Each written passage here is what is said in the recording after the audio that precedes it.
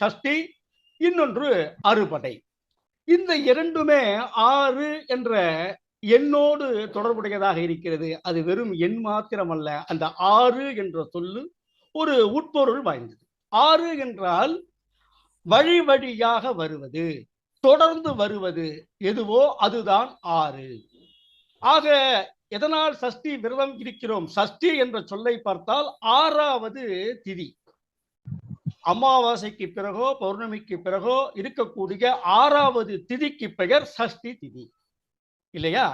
அதே போல் அறுபடை என்பதும் 6 என்ற சொல்லோடு தொடர்புடையது. இந்த 6 என்ன என்று பார்த்தால் வழி வழியாக வருவது. சஷ்டி விரதம் எதற்கு இருக்கிறோம் என்று பார்த்தால் அதற்கு அழகாக சொல்வார்கள் பெரியோர்கள், சஷ்டியில் இருந்தால் அகப்பையில் வரும். சஷ்டியிலே விரதம் இருந்தால் அகப்பையாகிய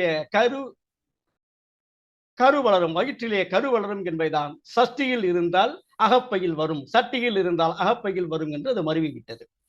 அப்படிப்பட்ட பிள்ளை பேரை தரக்கூடியவன் முருகப்பெருமான். ஏன் பிள்ளை பேரை தருகிறான் என்று சொல்லும்போது, எப்படி தருகிறான் என்று சொல்லும்போது, வழி வழியாக நமது பரம்பரை வர வேண்டும் என்றால் அதற்கு பிள்ளை பேரு அவசியம். அந்த வழியை அடுத்ததாக நம்மை கொண்டு செல்லக்கூடிய, நமது பரம்பரைக்கு கொண்டு செல்லக்கூடிய திருவருளை புரிபவன் அந்த திருமுருகன்.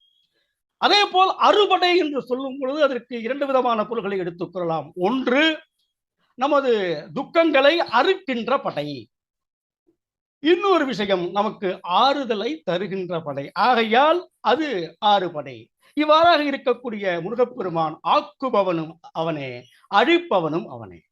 பிறவியை ஆக்குபவனும் அவனே, பிறவி தெளியை அறுத்தெறிந்து அழிப்பவனும் அவனே.